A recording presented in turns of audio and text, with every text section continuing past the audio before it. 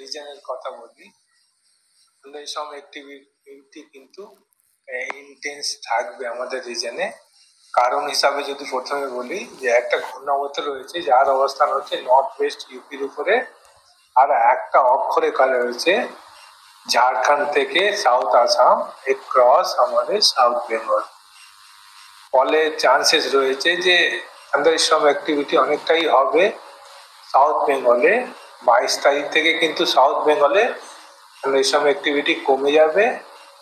তবে নর্থ বেঙ্গলে আগামী 5 দিন 19 থেকে 23 তারিখ পর্যন্ত চান্সেস রয়েছে কি থান্ডারস্টর্ম অ্যাক্টিভিটি হবে।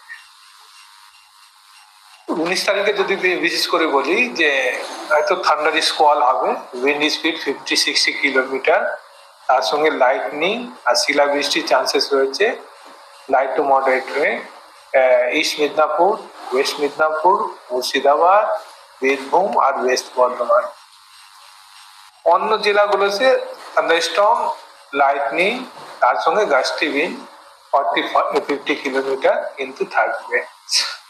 সাউথ বেঙ্গলে 20 তারিখে চান্সেস রয়েছে যে থান্ডারস্টর্ম, লাইটনিং আর লাইট টু মডারেট রেন, তার সঙ্গে গাস্টি উইন্ড থাকবে 40-50 কিলোমিটার পার আওয়ার। মোটামুটি সমস্ত জেলাতে থাকবে। এই ইন্টেন্সিটিটা কমবে। আর 21 তারিখে চান্সেস রয়েছে যে গাস্টি উইন্ড থাকবে 30-40 কিলোমিটার পার আওয়ার। অর্থাৎ 23 তারিখে চান্সেস রয়েছে কুচবিহার, আলিপুরদুয়ার আর জলপাইগুড়িতে হয়তো দু এক জায়গায় কিন্তু ভারী বৃষ্টির চান্সেস কিন্তু ড্যামেজ চান্সেস রয়েছে। আর সেকেন্ড হচ্ছে যে damage to lose unsecure structures. যদি অ্যাডভাইস বলা যায়, একটাই অ্যাডভাইস যে থান্ডারস্টর্ম অ্যাক্টিভিটি যখন হবে, লাইটনিং হবে, তখন ওপেন এরিয়াতে যেন লোকজন না থাকে, যে কোনো গাছের নিচে কিন্তু থান্ডারস্টর্ম অ্যাক্টিভিটির সময় না থাকাই ভালো। আর এই দুটো হচ্ছে মেন অ্যাডভাইস। রেস্ট হচ্ছে যে এইগুলো থান্ডারস্টর্মের ফ্রিকোয়েন্সিটা খুব কম, ধরেন সারাদিনে হয়তো আধ ঘন্টা 1 ঘন্টা হবে। রেস্ট টাইমে কিন্তু ওয়েদার মোটামুটি রেন বা থান্ডারস্টর্ম অ্যাক্টিভিটি হবে না। তবে যেটা বললাম যে এই এক্সান যে সাজেস্টেড আমরা বলছি at the time of lightning thunderstorm, কিন্তু এটা মনে রাখতে হবে আমরা কন্টিনিউয়াসলি ওয়াচ করছি। নাউকাস্ট ওয়ার্নিং কিন্তু আমরা কন্টিনিউয়াসলি দিতে।